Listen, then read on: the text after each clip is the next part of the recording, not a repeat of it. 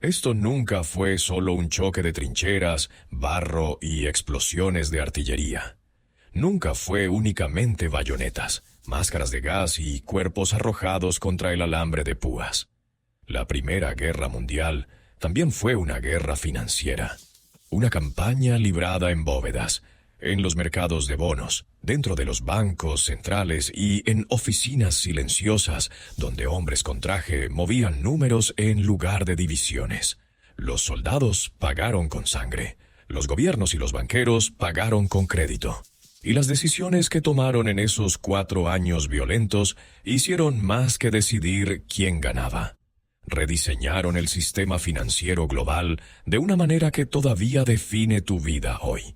Si crees que la guerra solo se trata de banderas, discursos y trincheras, estás ignorando la mitad del arsenal.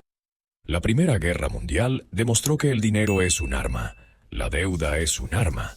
El control del crédito puede ser más letal que la artillería, porque sigue causando daño mucho después de que se callen los disparos. Volvamos a 1914. Europa es una olla a presión. Los imperios rivales se odian. Las alianzas atan naciones enteras a compromisos automáticos. Los políticos venden gloria. Los generales prometen una victoria rápida. Los periódicos le dicen al público que los chicos estarán en casa por Navidad. Pero detrás de todo ese ruido hay un hecho brutal. No puedes pelear una guerra industrial sin un gasto gigantesco y constante. Necesitas fusiles, proyectiles, botas, carbón, acero, trenes, barcos, hospitales de campaña, pensiones para los heridos y comida para millones de hombres que ya no están trabajando en fábricas o en el campo. Nada de eso es gratis. Y aquí viene la parte que casi ningún líder dijo en voz alta. Al elegir la guerra, eligieron la deuda. Cada imperio que mandó tropas al frente también estaba empujando a su población civil hacia décadas de carga financiera. Al principio, los gobiernos se consolaban con una linda mentira. La guerra sería rápida. Las reglas de siempre cubrirían el costo. Imaginaban pagar con las reservas de oro existentes, con endeudamiento limitado y con una ola de donaciones patrióticas. Suponían que la cuenta se pagaría sola cuando llegara la victoria. Esa fantasía se deshizo en cuestión de semanas. La guerra quemaba dinero a una velocidad que nadie había visto jamás. Los presupuestos explotaron. Los costos dejaron de medirse en millones y pasaron a medirse en decenas de millones por día. Esa realidad obligó a todas las grandes potencias a hacer algo que iba a cambiar la economía moderna para siempre. Tenemos que hablar del patrón oro. A mediados de 1914, la mayoría de las grandes economías seguían oficialmente en el oro. La moneda de papel no se suponía que fuera solo papel. En teoría, podías llevarla al banco y exigir una cantidad fija de oro físico. Esa promesa le daba credibilidad al dinero. Le decía a los ciudadanos y a los inversionistas extranjeros: este billete está respaldado por algo real. Pero también encadenaba a los gobiernos.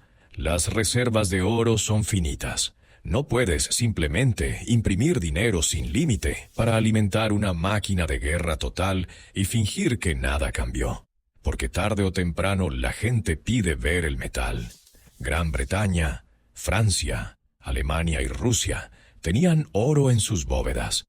Pero cuando millones de hombres fueron movilizados y las fábricas dejaron de hacer bienes de consumo para dedicarse a producir armas, proyectiles, tanques y explosivos, los costos se dispararon en vertical. Alemania estaba gastando más de 10 millones de marcos por día a finales de 1914. La factura diaria británica pronto llegó a 2,5 millones de libras. Y eso era apenas el comienzo. Cualquiera que supiera contar entendía que el oro no iba a durar. Entonces los gobiernos hicieron algo radical. Calladamente, paso a paso, suspendieron las reglas. Una por una, las grandes potencias abandonaron el patrón oro o lo vaciaron en la práctica. Dejaron de garantizar que el papel moneda siempre pudiera canjearse por metal. No anunciaron ese cambio. El pánico es malo para la moral. Pero el mensaje era claro. La moneda ya no era tan buena como el oro.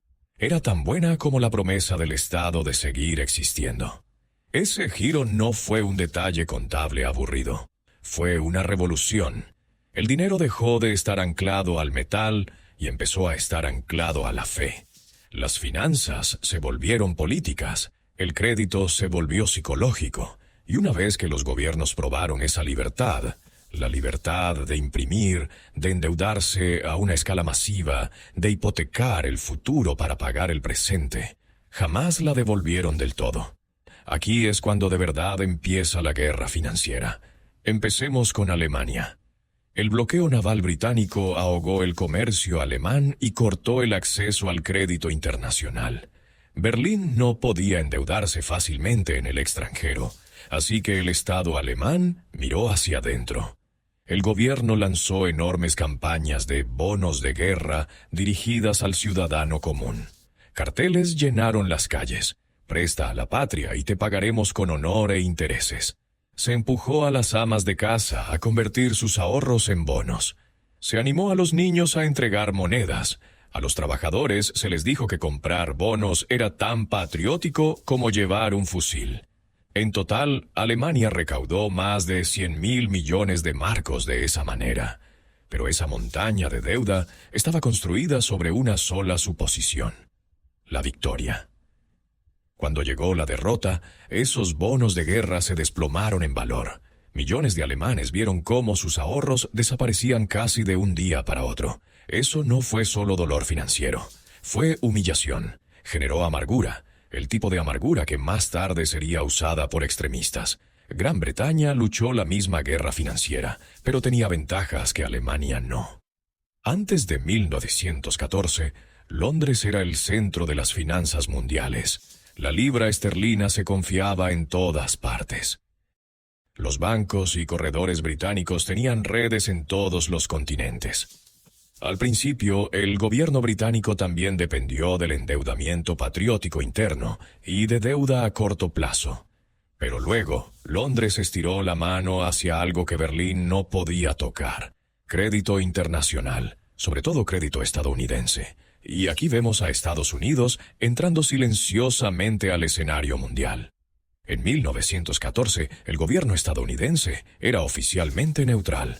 Washington decía: no estamos en la guerra. Wall Street escuchó otra cosa: oportunidad.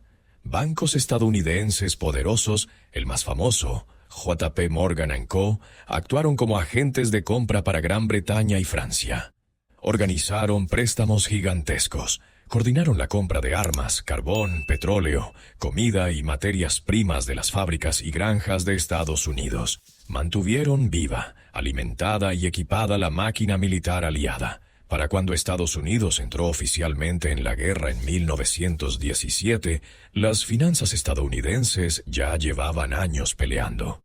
Y no era caridad, era poder. Los bancos estadounidenses ganaron comisiones enormes. Las fábricas estadounidenses consiguieron contratos masivos. Estados Unidos, que antes le debía dinero a Europa, empezó a transformarse en el gran prestamista del mundo. Si te preguntas cuándo empezó en realidad el llamado siglo americano, no mires primero los desembarcos militares. Mira los libros contables de Nueva York. Francia enfrentó otro tipo de presión.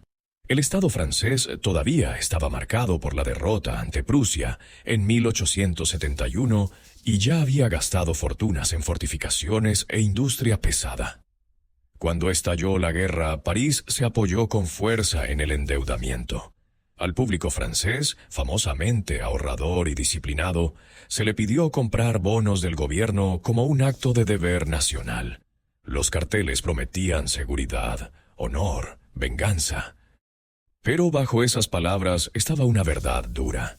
Francia, igual que Gran Bretaña, dependía cada vez más del dinero estadounidense. Y esa dependencia iba a influir en la política francesa después de la guerra, porque devolver esas deudas no iba a ser fácil. Y luego estaba Rusia. El Imperio ruso entró en la guerra con un ejército enorme, y sobre el papel reservas de oro impresionantes. Pero la economía del imperio era frágil, su industria iba detrás de la occidental y su sistema bancario era inestable. El régimen zarista pidió prestado enormes sumas a sus aliados, sobre todo Francia, y luego imprimió dinero para cubrir el resto.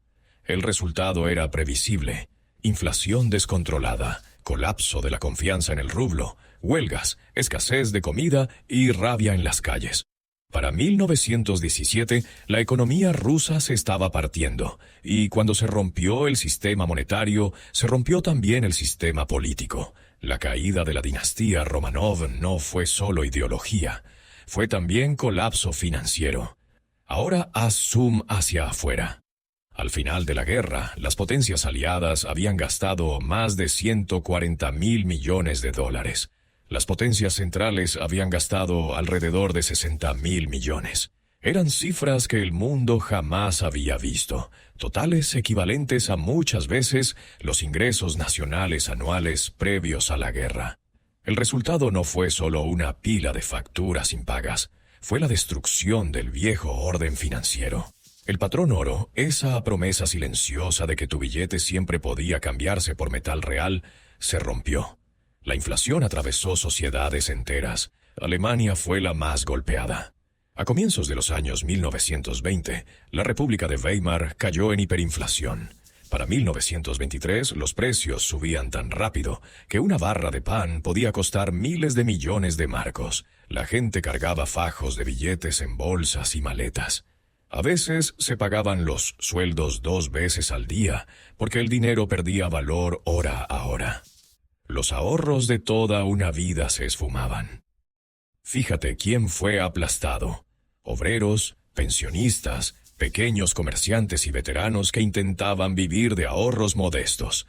Y fíjate quién resistió: los bien conectados. Las familias ricas movieron activos al extranjero, compraron bienes reales y se mantuvieron cerca de la información y del poder. La regla era fea pero constante. En una guerra financiera, el pequeño ahorrista sangra primero. Ahora tráelo a tu realidad. La Primera Guerra Mundial es el momento en que los gobiernos descubrieron algo peligroso y adictivo. Si declaran una emergencia lo bastante grande, pueden reescribir las reglas del dinero. Pueden suspender la convertibilidad en oro. Pueden endeudarse a una escala masiva. Pueden decirle a los ciudadanos que compren bonos de guerra y llamarlo patriotismo. Pueden pedir prestado a banqueros extranjeros. Pueden imprimir. Y después pueden intentar pegar de nuevo el sistema con discursos, nuevas leyes y contabilidad creativa. ¿Te suena? Debería. Porque ese guión se ha usado una y otra vez. La Gran Depresión, los programas de emergencia de los años 30, las tormentas inflacionarias de los años 70, la crisis financiera global de 2008. Cada vez que escuches a un funcionario decir «esto es temporal» o «los fundamentos son sólidos», recuerda 1914. A la gente le dijeron exactamente lo mismo entonces, y después vieron cómo su moneda moría en sus manos. Cuando por fin callaron los cañones en 1918, el mapa financiero del mundo ya era otro. Antes de la guerra, Estados Unidos era deudor. Después de la guerra, era el gran acreedor. Estados Unidos terminó el conflicto con las mayores reservas de oro del planeta y una montaña de pagarés de Europa. Gran Bretaña debía miles de millones. Francia debía miles de millones. Países más pequeños estaban atrapados en obligaciones que apenas podían pagar. Europa, que antes había sido el corazón de las finanzas mundiales, se estaba ahogando. Wall Street había reemplazado a la City de Londres como centro del dinero global. Pero ese nuevo orden traía una trampa. Cuando financias una guerra con deuda, la paz se convierte en otra guerra. La guerra por el cobro. Gran Bretaña y Francia habían vendido bonos de guerra en casa. Los ciudadanos entregaron sus ahorros y recibieron la promesa de que el enemigo pagará. Así que después de la victoria, esos gobiernos miraron a Alemania. El Tratado de Versalles exigía reparaciones de 132.000 millones de marcos oro.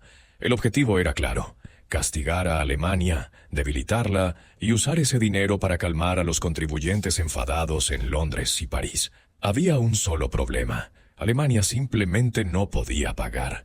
Cada intento de cumplir con esas reparaciones, imprimir dinero, enviar bienes, pedir préstamos de emergencia, destrozaba todavía más la economía alemana. La crisis hiperinflacionaria de 1923, cuando las familias empujaban carretillas llenas de billetes casi sin valor solo para comprar pan, no fue un accidente. Fue la consecuencia lógica de intentar exprimir a una economía arruinada. Ese tipo de humillación diaria generó rabia, y esa rabia luego fue aprovechada por extremistas. Mientras tanto, Gran Bretaña intentó recuperar su viejo prestigio financiero y casi se ahogó a sí misma. En 1925, el gobierno británico forzó a la libra a volver al patrón oro, al tipo de cambio anterior a la guerra. La idea era demostrar que Londres seguía siendo disciplinada y poderosa. La realidad fue brutal. La economía británica de la posguerra era más débil y menos competitiva. Fijar la libra tan alta hizo que las exportaciones británicas fueran caras, aplastó la industria y disparó el desempleo. Se recuerda como uno de los grandes errores económicos del siglo XX. Y, otra vez, los que pagaron el precio fueron los trabajadores comunes. Y luego estaban los Estados Unidos, ahora en la cima del sistema, enfrentando una nueva pregunta. ¿Qué haces cuando todo el mundo te debe dinero, pero todo el mundo está quebrado? La respuesta estadounidense en los años 20 fue prestar aún más. Los bancos de EEUU enviaron nuevos préstamos a Alemania. Alemania usó ese dinero para pagar reparaciones a Gran Bretaña y Francia. Gran Bretaña y Francia usaron ese flujo para pagar sus deudas con Estados Unidos.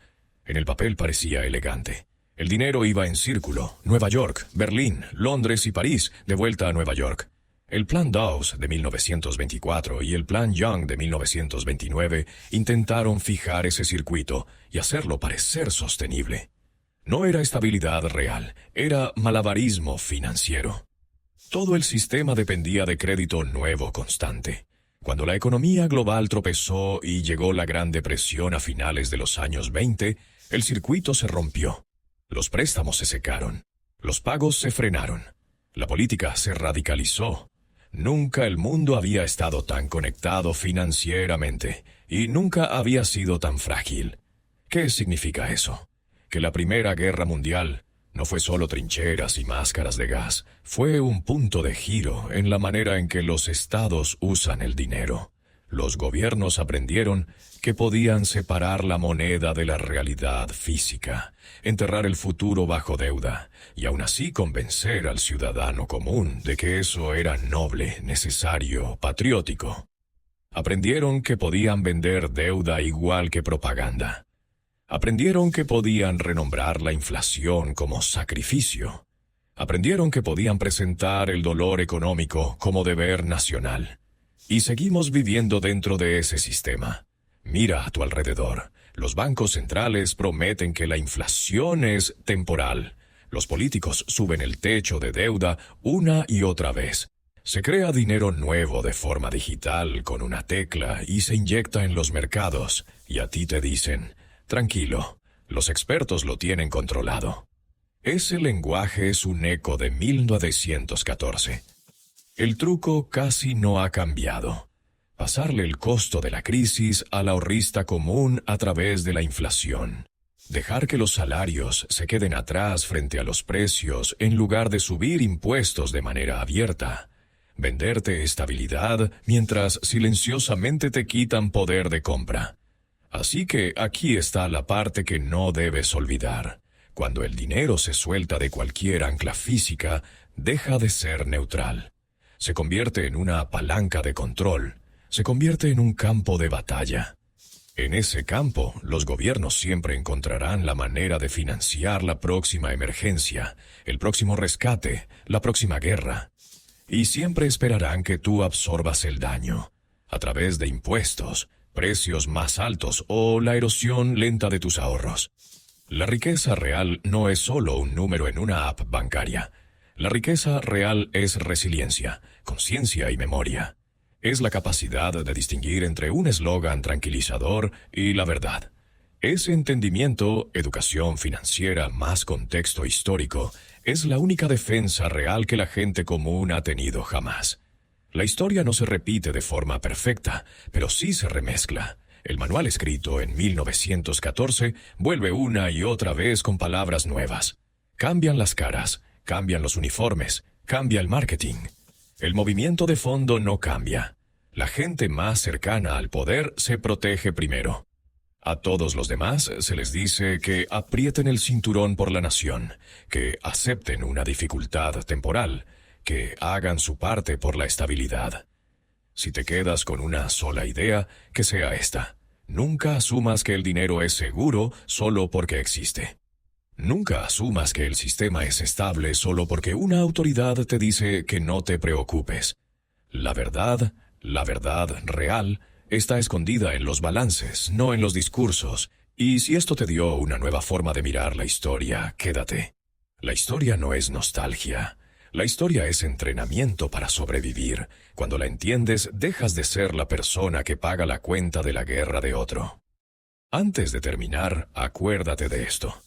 Esto no es mito ni romanticismo. Es contabilidad. Siempre que los líderes enfrentan una crisis, usan el mismo guión. Dicen que la emergencia es temporal. Insisten en que los números están bajo control. Prometen que el dolor se repartirá. Luego imprimen, se endeudan y patean el problema hacia adelante. En 1914 el lema era «Apoya a las tropas». Después fue «Estímulo», «Estabilidad», «Rescate». Palabras distintas, misma maniobra. Gastar ahora, jurar disciplina después y pasar silenciosamente el costo real a la gente común en el futuro. Si puedes detectar esa maniobra, ya vas por delante. Dejas de confundir moneda con riqueza. Dejas de creer que la seguridad es algo que las instituciones poderosas te van a regalar. Empiezas a hacer las preguntas incómodas. ¿Quién queda protegido por esta política? ¿Quién es el que se sacrifica? ¿A quién rescatan primero y a quién le dicen «ten paciencia»?